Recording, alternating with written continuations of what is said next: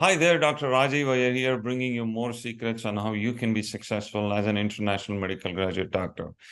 In this video, we have the Director of Fellowship for Anesthesiology and Critical Care Medicine at University of Toronto, Dr. Venkat. It's such an honor to have you here. Thank you for joining us. Thank you, Rajiv, for the hospitality and the invite. Dr. Venkat, he was faculty when I was a fellow. So I learned a lot of anesthesia from Dr. Venkat myself. Dr. Venkat, I want to ask you, you're an IMG yourself, and you have reached such a high position, not only a fellowship director of one program, but the whole of University of Toronto, which is such a prestigious position. So do you want to tell us about your journey? Thank you. So again, as you mentioned, I'm one of the international medical graduate. So I started my medical career in India. I did my med school in Chennai at Akhil Park Medical College, and then I did my anesthesia training in Mumbai. And after finishing my anesthesia training, I was working in Manipal University for a year as a staff. And then I had an opportunity to pursue my further training in UK. So I got accepted for the senior house officer position in UK, and then followed by registrar rotation. So I did my whole senior residency and the registrar program, and then I did clear my FRCA examination. And while you're training in UK, and especially when you finished your FRCA examination, you have an option to take a year out to go and pursue further subspecialization in other countries. So I chose the opportunity to go to Toronto Western Hospital at the University of Toronto to learn about neuroanesthesia. So when I came to Toronto to do a fellowship, I really enjoyed my work. And so at the end of my fellowship, they offered me a position as a staff to stay back in Toronto. And so that was one of the big decision to make, and further consideration of all the things. So we chose to accept the position. So, however, I did go back to UK, finish my last 6 months of my training, and then get all the paperwork, and came back to Toronto as a staff anesthesiology and an IMG. But in order I came in as an academic pathway. So I came in as a academic licensing. So I have appointed as assistant professor at the time. And then I did do my Canadian qualifying examination, medical qualifying examination, and the anesthesia certification examination as well. And then I also got promoted to associate professor. And then I have been staying here for the last almost 20 years now. 2004 was my fellowship. Oh, that's fantastic. Thank you for sharing your story. It's so inspirational. We keep getting a lot of questions from international medical graduates as to how we can get into clinical fellowship. So do you have anything to say? Sure. One of the big thing in Canadian healthcare system is the fellowship program. The fellowship program is pretty strong and pretty big program as well. And again, at the University of Toronto, we have around 150 fellowship positions every year. So we have 150 fellows come in. And they also, as a service provider, they do provide service at the same time as a fellow. They do get their clinical experience, their research experience, whatever the subspecialty they come in for, they do get exposure. And so it is a win for both the ends. So as a service provider for the country and the hospital, as well as the training position for the fellows. So that is why the fellowship program is very successful. And I've been the neuroanesthesia fellowship program director since I became a staff. So almost from 2010 10, 11, I've been looking after the neuroanesthesia fellows. So especially just our fellowship alone, the neuroanesthesia fellowship alone, we have 99 fellows who went through the Mm-hmm. neuroanesthesia program. We're expecting the 100th neuroanesthesia fellow in January 2024. So that's a big Wow. milestone. Mm-hmm. And a lot of our fellows are across the world. So we have the fellows from different countries. They all become leaders in their respective fields. So we have 25 different fellowship programs under University of Toronto and in 6 different hospitals. Wow. Is this anesthesia or is this all fellowship combined? It is anesthesia fellowship alone. So there is Wow. okay, so we have 6 hospitals. So they have each hospital have the different fellowships. So some fellowships are offered, same fellowships are offered in different places. For example, regional anesthesia Mm-hmm. fellowships is offered in 4 of the hospitals. So and neuroanesthesia is offered. One is Toronto Western, and second one is the St. Michael's. They do a neuroanesthesia and neurocritical care fellowship. Mm-hmm. And cardiac fellowship is offered in 2 sites. Obstetric fellowship is offered in different sites. So that's why there is a number of fellowship, and there are very unique fellowships as well. So, for example, there is a fellowship on hyperbaric medicine. So that's a Mm-hmm. very unique because we have a big center. There is a sleep and anesthesia fellowship at Yeah. Toronto Western. It's a new Mm. fellowship. It just started 2 years ago. Mm. And we have a POCUS fellowship now. It is being offered by 3 different sites. And then we also have a malignant hyperthermia fellowship as well, because the Toronto has got a biggest malignant hyperthermia center. So we do offer malignant hyperthermia fellowship as well. Mm-hmm. That's great. I remember talking to Mandeep about, so Mandeep is the program director of Sleep Medicine Fellowship, and he was mentioning about starting a fellowship during the Society for Anesthesia and Sleep Medicine conference. So that is great. And when you, so we get people from all different specialties, not just anesthesiology. Of course, you deal with anesthesia, but you also have experience with seeing other fellows. So when people approach their application, is there any difference based on specialties, or how does the Uh, program take that into consideration? the specialty, meaning you're talking different anesthesia specialty, or you're comparing like a medicine, other surgical and medical specialties? I was referring mostly to other medical and surgical specialties, like anything in internal medicine, anything in surgery, things like that. Yeah, so every medical subspecialties have a fellowship program, and Hmm. because it's a university, the University Toronto affiliated hospitals, they all provide not even a tertiary level of care. Some of the programs are even quaternary level of care. For Hmm. example, thoracic transplant, lung transplant program, Hmm. they do the largest number of transplant in a year. So from the surgical aspect of it, as well as from anesthesia, that is one of the big fellowship programs. So every surgical specialty, medical specialty have a fellows. So any team at the university, they all have a fellowship, fellows involved in that. So there is if I remember correctly, there is roughly 1,500 fellows go through, including all specialties. 1,500 fellows go through fellowship program every year. Wow, that is phenomenal.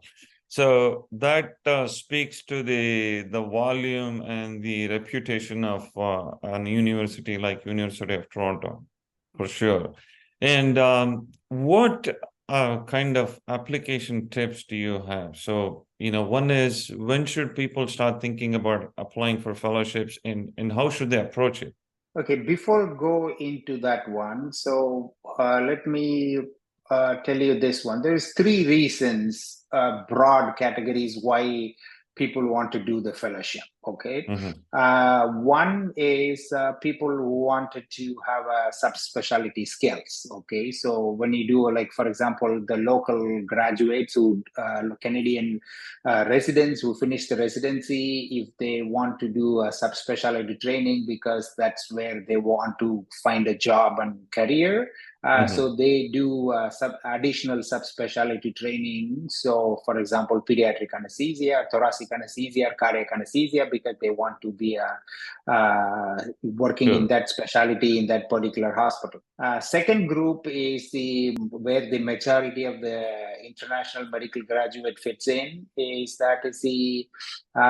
come in to have a subspecialty training which is not available in their center. Okay, so for example, same Mm-hmm. thing again, they may come in for a cardiac fellowship or a transplant fellowship or neuroanesthesia fellowship or regional anesthesia fellowship because they want to get their skills in and then take it back to their home country. So you're not only training one person and you're helping to train multiple people Mm-hmm. followed by the single person. Sure. And the third pathway is the people, they want to come to Canada, or they probably looking forward to stay in Canada.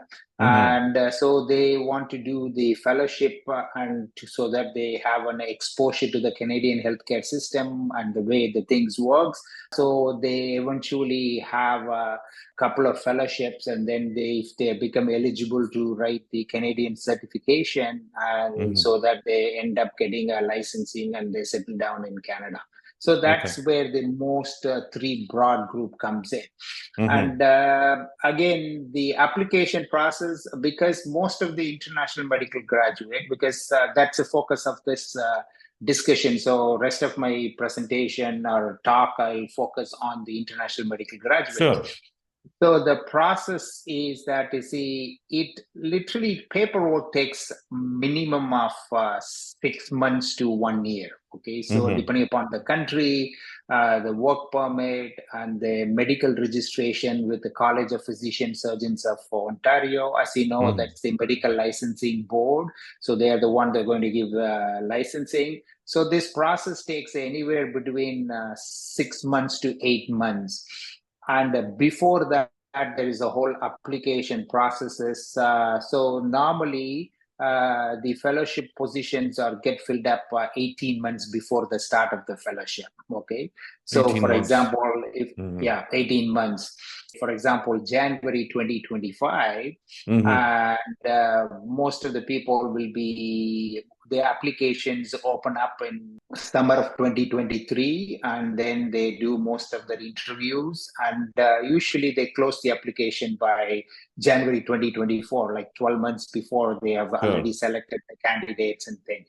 Right. Because the postgraduate medical office at the university, they take like 6 months to process all the applications things, so they will start processing. So usually, definitely, if you can't just apply today and say, oh, can I have a fellowship in January 2024, or not even a July 2024. Mm-hmm. So you're thinking even Jan 2025, now we are in end of November, so it may be a little bit tight depending upon the Sure. type of fellowships. Yeah. Right. Right. So 1.5 years roughly. Yeah. Yeah. No, understandable. Plus, I think also because PGME gets so many candidates, as you said, 1,500. I mean, it's a lot of paperwork as well. Yeah, so that's the key part of it. So apply early. And then obviously, most important thing is there is two parts of fellowship. There's some people were very focused on one type of fellowship. That's the category 2 of the international fellows. Sure. And then the category 3 international fellows who want to have a Canadian training and experience and thing. And they will open for any fellowship they're going to do to get to know the Canadian healthcare system. Mm-hmm. So generally, that subspecialty fellowships are quite competitive. Mm-hmm. Again, most of the programs, they have 2 or 3 fellows per program. So for example, neuroanesthesia, we have 4 positions in a year. So we Mm-hmm. have one in January, February, and 3 in July, August. So that kind of they may be quite competitive, so we have get a lot of application for it. So Sure. key tip is that you really need to express yourself clearly why you want to do the fellowship, and Hmm. you need to have a specific objective why you want to do the fellowship. And Hmm. second thing is that you have to have a rough plan what you are going to do after the fellowship. Most of the fellowship directors, they don't want to get a fellow who's going to jump on to do a multiple fellowship part. And so you need to have a very specific focus, because Sure. if you want to do a neuroanesthesia fellowship, you need to have a passion and an interest, and you need to express that passion and interest in. Because Hmm. just for the fellowship purposes, you can't just take a neuroanesthesia fellowship, because the volume of cases, the intensity of work, and it's quite high. So Hmm. they need to have a genuine interest and express that one explicitly why they want to do the fellowship. Sure, sure. So these are some of the things they should be focusing on when they generate like a cover letter or a personal statement, and then be explicitly clear in how they express things, right? Yeah, yeah, that's correct. Again, you said, oh, I like neuroanesthesia, and for somebody who's their CV doesn't show that they haven't done any neuroanesthesia rotation for like 2 years or so, doesn't look good. Okay, Right. so they need to, if you say if you are interested in cardiac anesthesia, you need to be very specific what makes you're interested in cardiac anesthesia. Okay, so you can't just Hmm. say, okay, I'm interested in cardiac anesthesia, I want to get trained. It is not going to work. So you Sure. need to be a little bit more personal. So you need to do that is the most important part of the first application. Even before looking into the CV, the cover letter is the important part. Okay, thank you. So that's good to know. So let's say someone applies for the fellowship, and then what happens after that? Okay, so basically, the application process is pretty much online. Okay, so they have a specific application portal in the Department of Anesthesia fellowship page. You see the different fellowship, and you click on the fellowship at different hospitals, and they have a link to the application process. So they will basically fill out the application, upload all the documents like a CV, their medical degree and specialty certificate, and also the names of the referees as well. And then once they screen the applications after the cutoff date, and they usually have every site have a very specific selection criteria, and the CVs and the application is scored by two different people, and based on the scoring system, they will invite the fellow for an interview. So usually a video interview. Hmm. Before COVID, sometimes some centers they may want the fellow to visit it, and again, international fellows it becomes very difficult.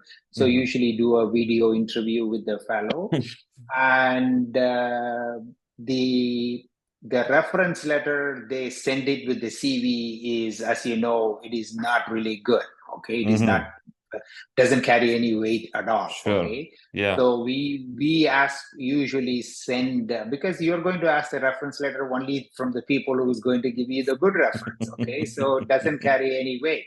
And so once you're shortlisted for an interview, so the interview process is usually they have 2 or 3 people will do the interview, and they have a pretty standard question. Again, we wanted to specifically for international fellows, you want to look at the communication skills and how you respond to the answers. Again, nothing, we don't ask any complicated subject level questions. So you just Hmm. want to know how to deal with a crisis situation. And so that's why, so the 2 people or 3 people, they independently score the candidate, and then they get selected. And then we ask for the references so that we can have a better idea of the candidate. I And see. that's what the process. There may be some variation among the different fellowship program. They may have a Hmm. slightly different way of doing, But pretty much most of the fellowship program, they have a very standardized selection criteria and standardized the interview processes, and so that it is pretty follows the principle of EDI principle is completely applicable to the fellowship interviews. Okay, so for those of them who are not familiar with EDI, it stands for Equity, Diversity, and Inclusion, which means the fellowship programs makes every effort to hire people of all types of genders and all types of background, ethnicity, and other things. So there is an equitable distribution. Oh, how about this question? It's up to you how you want to answer this. If you don't want to answer this, that's fine too. Are there any fellowships in anesthesia that are easier or relatively easier that the IMGs can focus on? I mean, I understand it's not a great strategy from the program perspective, but if someone wants to approach it that way, so any thoughts on that? I will try to answer it in a different way. The more core subspecialty kind of fellowship, so more specialized fellowship, for example, transplant fellowship or a thoracic fellowship or a regional neuroanesthesia. So any of those subspecialty neurocritical care fellowships. Sure. And because they are much more difficult because it's much focused fellowship, and people who are coming international medical graduate who have no experience or exposure to the Canadian healthcare system, how things works and how the case loaded case mixes and how we do it. So those are very difficult. And unless you have a good reference for them, somebody who was done, say, for example, if you call me and tell me that, oh, I have this candidate who's going to be a very good fellow for pediatric anesthesia, but because you know that you've been through the pediatric fellowship, what is the expectation, and you know the candidate, you know how whether the candidate can cope or not. So that's one thing in there.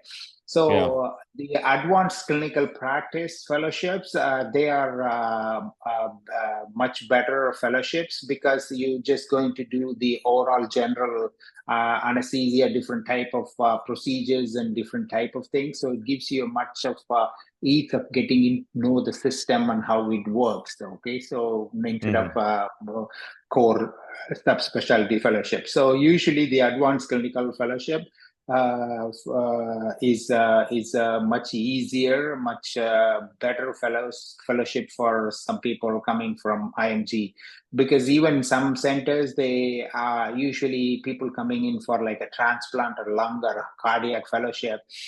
They tend to get them as advanced clinical fellowship for 6 months so that they get used to the working pattern and different cases we do.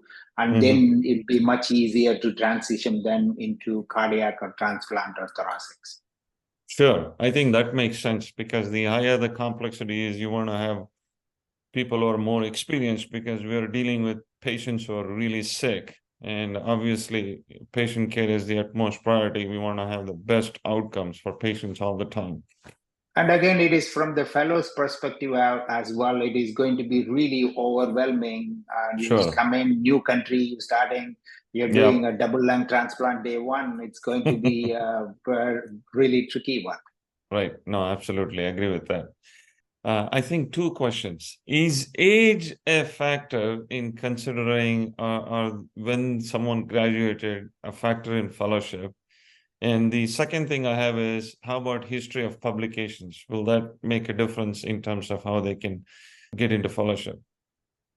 Great question. So when somebody want to come as a fellow, one of the most important thing we want to do, as you know, fellowship is a training position. Okay, so they will be under supervision. They need to. People will be giving them the advice and tips. And so ideally, we would like somebody who was within 3 to 5 years after training. They need a minimum. They need a minimum maximum of 5 years within their training program, and also they need at least a few years after the training, just because every country have a different Sure. training Mm-hmm. program. Mm-hmm. So the Canadian system and US system, they have a 5-year residency program. So you really need they should have at least 5 years. And again, we don't want them to be independent practicing for 5-10 years. It is going to be very difficult for them to get back into the training program. So Right. usually we have somebody is like 10 years of independent practice. We that one is probably much difficult to get into a fellowship program unless they have an exceptional reason or something. Okay, Sure. we have, Sure. we have had a people who has been practicing anesthesiologists for like 10 years or so. Sure. So they need to have they want to see how the structure and organization works. So that is a valid reason so that we Mm-hmm. train them as a fellow. So that's Mm-hmm. a key part in. So age is not really a direct consideration for as a criteria, but it's more so is the number of years of training and how long they've been doing independent practice. Okay. And how about publications? Again, as you know, the people come in for a clinical fellowship and some people come in for a research publication. So if they want to have an experience in research, if they have some research experience and exposure, that is good. But again, it is not a mandatory because there are Sure. some people who just come purely for clinical interest. Okay, you Mm-hmm. don't have to.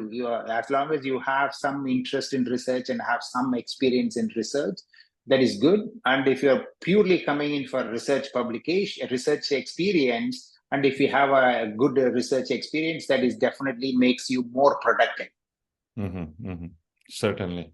Finally, I want to say thank you so much, Dr. Venkat, for all these insightful conversations and helping us out, especially the IMGs who are interested in doing a fellowship in Canada. So your time is so much valuable, and we really appreciate you taking your time and speaking to us today. Thank you, Rajiv. Thank you for the opportunities, and I'm happy to help anytime. Sure. Thank you. Thank you so much. Thank you. I hope now you're well equipped to apply for a fellowship in Canada. If you need our help, you can always book an appointment at www.imgsecrets.com, and we will be more than happy to guide you with your application because we understand what exactly the fellowship wants and we can craft your application similar to that. So, in the long run, you save a lot of time and money. Now, I encourage you watch this video where I've explained all the different pathways of how you can be a doctor in Canada. Any questions? Post in the comments below. We'll try to get back to you as soon as possible. Take care, stay safe. We will talk to you soon.